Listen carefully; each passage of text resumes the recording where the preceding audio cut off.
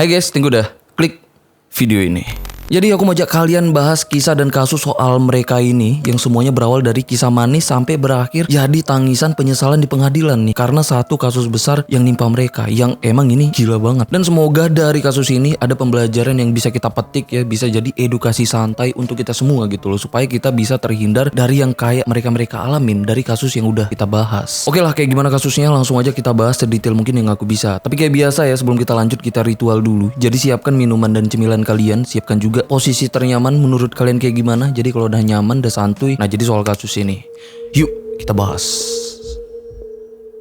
Nasruddin yang dikenal dengan panggilan Acik yang tinggal di kota Arso, Kabupaten Kerom, Papua. Di sana dia itu seorang perantau yang berasal dari Sulawesi Selatan, tapi udah di Papua itu selama puluhan tahun. Bahkan banyak keluarganya juga yang saat itu udah tinggal di Papua. Di sana Acik ini punya toko emas yang terbilang sukses, bahkan sampai punya beberapa karyawan. Berkat toko emasnya ini juga kehidupannya pun ya itu baik tuh secara finansial. Dan dia juga punya ART seorang ibu-ibu yang juga perantau yang berasal dari Mojokerto. Nah, tapi kehidupannya sulit yang harus membiayai dan menafkahin anaknya. Acik juga seneng dengan ART-nya ini karena rajin, sopan dan jujur. Apalagi setelah Acik tahu ternyata ART-nya ini punya anak perempuan yang bernama Caca yang saat itu masih SMP. Acik pun itu langsung suka tuh karena Caca ini emang cantik dan sopan. Acik juga langsung menduga kalau Caca ini kayaknya punya sikap yang gak jauh-jauh dari ibunya, yaitu jujur dan pastinya setia. Dari sinilah Acik ini mulai suka dan langsung minta izin ke orang tuanya kalau Acik yang saat itu masih lajang yang udah berusia 33 tahun berniat mau menikahin Caca ini alias Virgita Legina Helu tuh nama lengkapnya, yang saat itu dia itu masih SMP. Ibunya Caca pun langsung menyetujui karena dia tahu kalau Acik ini orangnya baik dan setia. Yang akhirnya ya di tahun 2011 mereka pun nikah. Tapi setelah nikah Caca ini tetap melanjutkan sekolahnya, bahkan sampai dia ini lulus SMA yang semuanya dibiayain Acik. Bahkan setelah nikah kehidupan Caca pun itu langsung membaik secara instan karena Acik ini selalu menurutin apapun yang dia mau. Misalnya kayak mempercantik diri. Bahkan Acik juga sampai membiayai Caca ini oplas untuk merubah postur wajahnya dengan tujuan ya untuk dia ini tuh bisa buat pengakuan di bio Instagramnya kalau dia ini keturunan Bugis Tiongkok. Dan juga Caca ini itu dikasih mobil pribadi dan rumah loh. Karena itu dalam waktu yang singkat Caca yang sebelumnya gadis desa itu langsung berubah jadi wanita sosialita dengan gaya hidup yang super mewah. Bahkan ibunya Caca juga saat itu udah nggak harus jadi ART lagi karena kebutuhan biayanya ya semuanya ditanggung Aci yang saat itu udah jadi menantunya, bukan jadi tuannya lagi. Tapi yang sayangnya nih ya, karena Caca yang saat itu masih berusia sekolah yang emang masih belum sepenuhnya dewasa dalam mengartikan sebuah pernikahan, jadinya di tahun-tahun pertama mereka setelah menikah Caca ini tuh mulai berani selingkuh dengan lelaki lain seusianya. Bukan cuma sekali tapi sering. Bahkan perselingkuhannya pun ya itu sampai beberapa kali ketahuan dengan Aci bahkan keluarganya Aci. Tapi awalnya Acik ini memaafkan karena dia paham Caca ini emang terlalu muda untuk jadi seorang istri. Karena di usia yang saat itu masih SMA dan bergaul dengan teman-temannya yang juga masih SMA, ya pastinya dia sulit gitu loh melepaskan dunia mudanya secara total. Tapi bukan berarti dia ini diperbolehkan selingkuh, enggak juga gitu ya. Karena Acik itu tetap berusaha meyakinkan, merangkul, bahkan memperingati Caca ini untuk dia ini enggak mengulangi perselingkuhannya lagi. Tapi peringatan lembut sebelumnya ternyata enggak buat dia kapok gitu loh. Karena setelah itu ya lagi dan lagi Caca ini masih selingkuh, bahkan ketahuan lagi nih dengan Acik. Karena udah beberapa kali Caca ini selingkuh, yang kesel ya justru keluarganya Acik ini. Nah, tapi Acik di situ tetap berusaha memahami situasi kalau Caca emang masih muda gitu loh. Jadi Acik yakin ya suatu saat Caca akan mengerti dan setia kalau emang dia ini udah ada di fase dewasanya. Terus setelah beberapa tahun mereka nikah, hubungan mereka pun masih langgeng, biarpun ya di hubungan mereka itu selalu diwarnain dengan perselingkuhan yang dilakukan Caca ini. Akhirnya mereka pun punya anak. Di sini Caca ini bukan cuma seorang istri, tapi sekaligus udah jadi ibu dengan harapan ya Caca ini tuh bisa menjadi lebih dewasa lagi. Tapi ternyata enggak juga, karena di tahun itu yang udah di tahun 2020 lagi dan lagi Caca ini tergoda dengan cowok asal Afghanistan yang dia kenal di Instagram yang bernama Mahdi Merban. Nah, jadi Mahdi ini WNA yang berasal dari kota Kabul, Afghanistan yang merantau ke Indonesia sejak tahun 2019 karena kakaknya yang tinggal dan punya kafe di Jayapura, Papua. Nah, jadi dia di sana tinggal dengan kakaknya dengan statusnya pengangguran. Nah, selama jadi pengangguran inilah Mahdi yang sadar kalau wajah asingnya disukain dengan banyak cewek Indonesia. Jadi dia pun emang nyari cewek-cewek lokal yang kaya yang ada di wilayah Papua yang niatnya emang mau dia porotin. Disinilah dia ngelihat ada cewek cantik sosialita yaitu Caca yang langsung dia deketin melalui Instagram. Dan Caca pun langsung respon bahkan suka, dan mereka pun kenalan yang akhirnya deket. Ya segampang itu. Sampai akhirnya secara diam-diam mereka pun ketemuan tuh di tahun itu yang udah di tahun 2020. Disinilah perselingkuhannya dengan Mahdi ini pun dimulai. Yang mana inilah sebab akibat dari kasus ini. Mereka pun mulai sering ketemuan, bahkan check in. Mahdi pun mulai sering morotin Caca. Sampai saat itu ya, gaya hidup Mahdi ini pun itu berubah drastis karena dibiayain Caca. Karena saking tergila-gilanya si Caca ini sampai ngirim uang sebesar puluhan juta setiap bulannya untuk Mahdi ini. Bahkan beberapa kali dia transfer uang untuk Mahdi menggunakan rekeningnya Aci. Saking beraninya dan saking tergila-gilanya dia ini dengan Mahdi. Bahkan ya, dia ini sampai ngebeliin Mahdi ini motor seharga ratusan juta. Bahkan Acik juga pernah nganterin Caca ini ke sebuah hotel yang ada di Jayapura untuk Caca ini merayakan malam tahun baru 2021 tuh, berduaan dengan Mahdi. Nah tapi saat itu ya Acik nggak tahu dengan siapa Caca ini merayakan malam tahun barunya. Setelah tahun baru, Mahdi ini ngebuat Caca ini makin tergila-gila lagi karena Mahdi ini ngebuat tato di lengannya yang bertulisan puisi romantis tuh dengan singkatan namanya Caca ini, yang pastinya ini ngebuat Caca ini makin gila lagi. Sampai mereka pun mulai berusaha gimana caranya ya mereka ini tuh bisa ketemu lebih sering dan lebih gampang. Yang akhirnya di bulan Februari di tahun itu ya, di tahun 2021, Caca nyuruh Mahdi pindah dan ngasih uang untuk Mahdi. Untuk Mahdi ini bisa ngekos di dekat rumahnya Caca tuh yang ada di kota Arso, supaya mereka ini lebih mudah ketemu setiap harinya. Semenjak Mahdi tinggal di situ, Caca pun setiap hari datang ke kosnya tanpa sepengetahuan suaminya. Nah jadi hubungan mereka pun di sini makin dekat lagi. Nah tapi sampai sini mereka pun masih belum puas lagi, karena disinilah mereka pun mulai merencanakan hal yang lebih gila lagi.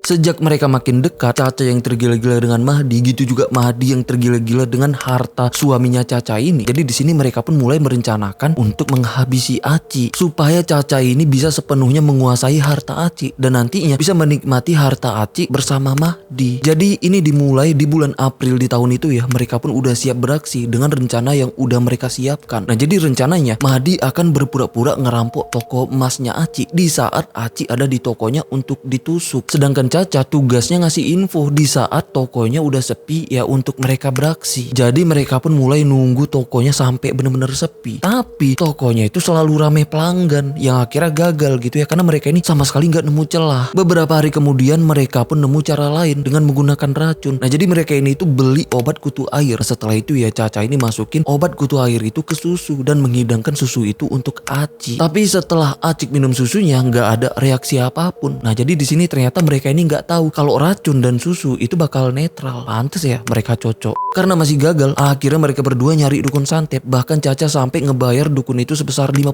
juta untuk nyantet Aci. Setelah itu mereka pun nunggu reaksinya. Nah tapi sampai berhari-hari nggak ada reaksi apapun. Aci di situ ya masih sehat-sehat aja. Karena ini mereka pun balik lagi ke dukun itu untuk tambah 50 juta lagi supaya santetnya bisa benar-benar berhasil. Nah tapi tetap aja nggak ada reaksi apapun. Yang padahal Caca udah ngabisin 100 juta loh untuk ngebayar dukun santet. Karena terus-terusan gagal, akhirnya Caca ini datang ke kosannya Mahdi untuk ngomongin soal ini dengan lebih serius lagi dan mikirin gimana cara yang paling ampuh. Akhirnya mereka pun kepikiran dengan cara pertama, pura-pura ngerampok. Tapi kali ini ngerampoknya bukan di toko emas, tapi di jalan. Bahkan Mahdi ini saat itu sampai ngebayar 2 orang tuh untuk ngebantuin eksekusinya. Setelah mereka siap dan susun rencananya, yang akhirnya di tanggal 28 Juni di tahun itu ya, tepatnya di hari Senin sore, Caca ini ngajak Aci keluar untuk berobat mata di apotik Kimia Farma yang ada di Jayapura. Lalu di jam 5 sore, hari yang udah mulai gelap, mereka pun berangkat. Sedangkan Mahdi udah bersiap juga dengan 2 orang yang udah siap bantu. Bahkan udah ngerental mobil jenis Avanza warna hitam yang mulai membuntuti mobilnya Acik dan Caca sejak mereka nyampe di apotik. Di jam 7 malam Caca pun selesai itu berobat di apotik itu. Caca ini langsung ngabarin Mahdi untuk siap-siap karena mereka mau jalan pulang. Tapi Mahdi nyuruh Caca untuk pulang lebih malam lagi karena saat itu situasi di jalan pulang masih belum begitu sepi. Karena ini Caca pun ngajak suaminya ke Mall Matahari Jayapura untuk makan dan beli parfum dulu tuh untuk ngulur waktu. Setelah itu di jam setengah 10 malam, setelah mereka ini memastikan jalan pulang sepi, barulah Caca ini ngajak Acik pulang. Di jalan pulang Mahdi terus membuntuti mobil mereka yang udah siap beraksi. Nah di saat memasuki jalanan sepi, mobil Mahdi pun itu nyetopin mereka. Mahdi yang berpura-pura jadi polisi langsung turun dari mobil dan nyuruh Acik keluar dari mobil. Karena merasa nggak ada salah apapun, dengan pedenya Acik Acik pun langsung turun dan disitulah Mahdi langsung nusuk perutnya beberapa kali. Acik pun disitu langsung berusaha menghindar dan langsung masuk ke mobil tuh untuk menghampiri Caca untuk berlindung. Belum sempet nutupin pintu mobilnya, Acik ini ditusuk lagi tuh sampai berkali-kali. Yang akhirnya Acik pun disitu nggak bergerak lagi, yang tersungkur di pangkuan Caca. Yang mana disitu Caca ini ya nggak ngapa-ngapain. Setelah memastikan Acik yang udah nggak bernafas lagi, disitu Mahdi ngambilin tasnya Caca dan beberapa barang berharga yang ada di mobil itu. Karena mereka emang udah setting seolah-olah ini perampokan. Setelah itu Mahdi ini langsung balik ke mobilnya, tapi nggak langsung jalan. Di dalam mobil Mahdi ini tuh masih sempat ngebersihin bajunya dan wajahnya dulu tuh dari noda merah. Sedangkan Caca di mobilnya juga benar-benar tuh ngapusin semua jejaknya Mahdi yang tertinggal di mobil itu. Nah terus di situ juga tiba-tiba ada kendaraan lain yang lewat. Disinilah perannya Caca baru dimulai. Sini Caca ini langsung pura-pura histeris keluar dari mobil minta tolong. Pengendara itu pun langsung berhenti dan berusaha nolong, yang emang kaget ngelihat kejadian itu. Tapi bagusnya nih ya, si pengendara itu pun langsung merekam situasi kejadian. Niatnya supaya dia yang ngebantu nggak dituduh pelaku dari kejadian ini karena memang ada rekamannya. Sedangkan Mahdi yang ngelihat ada kendaraan lain yang berhenti dan ngebantu, di situ dia pun langsung buru-buru jalanin mobilnya dan kabur. Di situ Caca nangis histeris dan minta tolong, yang ngakunya kalau suaminya itu ditusuk perampok. Pengendara itu pun langsung buru-buru nelpon polisi. Mereka pun minta tolong ke pengendara yang lain lagi, yang akhirnya mereka pun ngebawa tubuhnya Acik ke rumah sakit yang ada di Jayapura. Di rumah sakit polisi pun mulai berdatangan. Caca pun langsung ngabarin keluarganya Acik dengan histeris kalau mereka baru aja kerampokan. Malam itu juga keluarganya Acik pun mulai berdatangan, yang mana malam itu rumah sakit itu bener-bener ramai banget karena kejadian ini yang diwarnain dengan tangisan histeris Caca ini setelah tahu suaminya udah mengembuskan napas terakhirnya. Yang emang skill acting sandiwaranya bener-bener berhasil meyakinkan semua orang yang ada di situ, sampai banyak yang kasihan dengan dia juga tuh, yang awalnya dia ini dianggap sebagai istri korban. Caca pun langsung ditenangkan setelah dipastikan ternyata Caca ini selamat tanpa ada luka apapun. Nah setelah Caca mulai tenang, polisi pun mulai nanya nih ke Caca gimana kronologi kejadiannya. Dengan isak tangisnya Caca pun menjelaskan ke polisi kalau mereka dirampok dengan orang yang gak mereka kenal. Bahkan dia ngaku ya gak sempat ngelihat gimana ciri-ciri wajah pelakunya, dan juga gak ngelihat dan gak ingat plat dan jenis mobil pelakunya. Tapi yang ngebuat polisi mulai merasa janggal, Caca sama sekali gak ada luka apapun. Sedangkan di tubuhnya Acik itu ada 20 tusukan. Ini dianggap janggal. Kenapa? Karena pada umumnya perampok akan berusaha mengeksekusi semua korbannya yang bisa aja jadi saksi. Nah tapi Caca ini sama sekali nggak luka loh, yang nunjukin ya kalau pelakunya nggak berniat bahkan nggak berusaha nyerang Caca ini, yang bisa aja dia ini jadi saksi. Sedangkan di tubuh Acik ada 20 tusukan yang dianggap aneh kalau itu dilakukan pelakunya yang merampok. Biasanya dengan kondisi kayak gitu, itu dilakukan pelakunya yang punya dasar dendam atau masalah pribadi. Dari sinilah polisi pun mulai mencurigai kalau kasus ini kemungkinan besar bukan kasus perampokan biasa. Dan polisi pun terus mendalami penyelidikannya dengan menginterview semua keluarganya Acik untuk memastikan apakah Acik ini punya musuh atau pesaing bisnis yang berpotensi bisa melakukan ini semua. Ternyata pengakuan keluarganya kalau Acik itu nggak pernah punya musuh. Nah tapi Acik emang sering bermasalah tapi dengan istrinya sendiri, karena Caca yang sebagai istrinya itu udah berkali-kali selingkuh, yang ngebuat mereka ini jadi sering bertengkar. Nah disinilah kecurigaan polisi pun mulai makin dalam lagi nih, yang mengarah ke Caca, yang seolah ini semacam susunan puzzle dari kejanggalan Caca tadi yang tanpa ada luka apapun, yang kemungkinan besar ya ini ada hubungannya. Sedangkan saat itu Caca selalu kelihatan histeris, stres, bahkan sampai linglung. Bahkan sampai di proses pemakamannya Acik, di situ Caca selalu kelihatan kayak belum bisa move on, kayak nggak terima gitu loh kehilangan suaminya. Bahkan keluarga suaminya pun di situ udah nggak histeris karena memang udah ikhlas. Tapi di situ polisi terus ngamatin dan menyelidiki kasus ini, yang emang sempat buntu karena nggak nemu bukti baru lagi tuh sampai beberapa hari ke depan.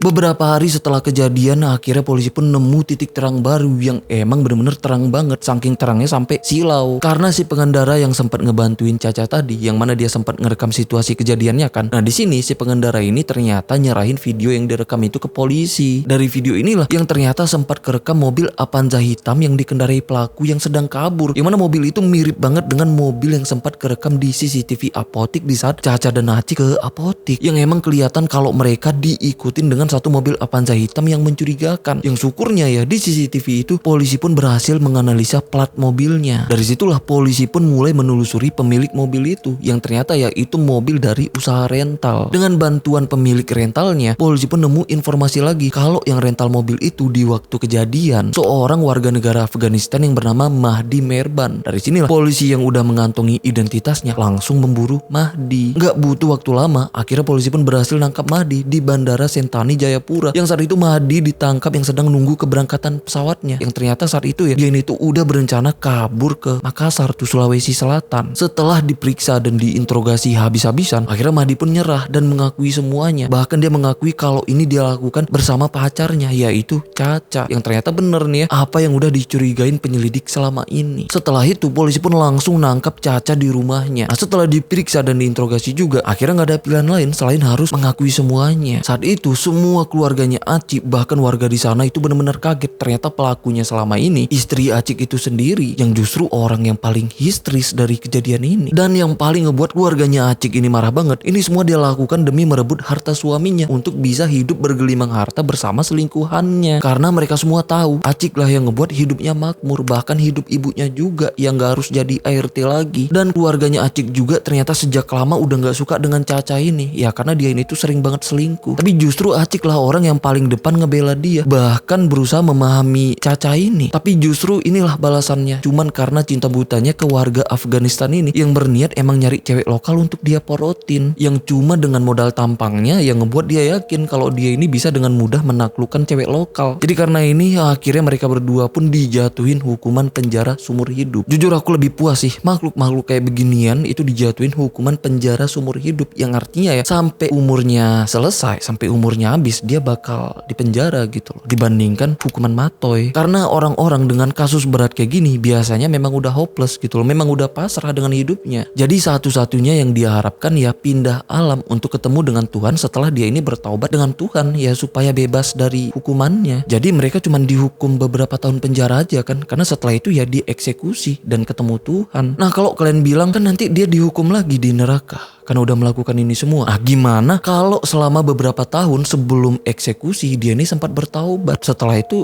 justru masuk surga lagi tuh, gimana coba? Tapi kalau hukuman seumur hidup ya dia bakal menjalani hukumannya di sisa hidupnya, yang gak akan pernah menghirup udara bebas lagi selama hidupnya. Jadi menurut aku ya ini lebih impas. Oh ya, untuk kalian yang masih nganggap kalau hukuman seumur hidup itu berdasarkan usia, misalnya usia dia 25 tahun jadi dia menjalani hukuman selama 25 tahun. Itu hukum yang berlaku di Amerika ya, bukan di Indonesia. Kalau di Indonesia nih ya, berdasarkan pasal 12 KUHP, kalau pidana seumur hidup itu benar-benar dipenjara sampai akhir hayatnya cuy. Jadi jelas ya, jangan debat kursi lagi di kolom komen nih soal hukuman seumur hidup. Oh ya, soal hukuman mereka atau pelaku-pelaku yang kayak beginian, menurut kalian cocoknya hukuman matoy apa penjara seumur hidup? Kalau aku sih ya kayak tadi, karena menurut aku ya itu lebih impas dan lebih kejam juga sih. Karena hukuman matoy justru membebaskan mereka sih menurut aku. Gimana nih menurut kalian soal ini semua? Ya komen aja di bawah karena aku penasaran banget nih dengan pendapat-pendapat kalian semua. Oke lah, sampai sini aja pembahasan kita soal kasus ini. Sumpah demi Neptunus, ini kasus benar-benar nguras emosi sih. Dan semoga dari kasus ini ada pembelajaran yang bisa kita petik sama-sama gitu ya. Karena menurut aku banyak banget pembelajaran yang bisa kita petik untuk kita bisa terhindar dari kasus-kasus yang kayak udah mereka alamin. Amin-amin gitu ya. Dan juga dari semua kasus-kasus yang udah kita bahas di sini. Ya bisa jadi edukasi santai untuk kita semua gitu ya. Kalau hidup itu ya nggak seaman yang kayak kita bayangkan gitu loh. Oke lah, sampai sini aja. Aku udah lapar banget, pengen makan.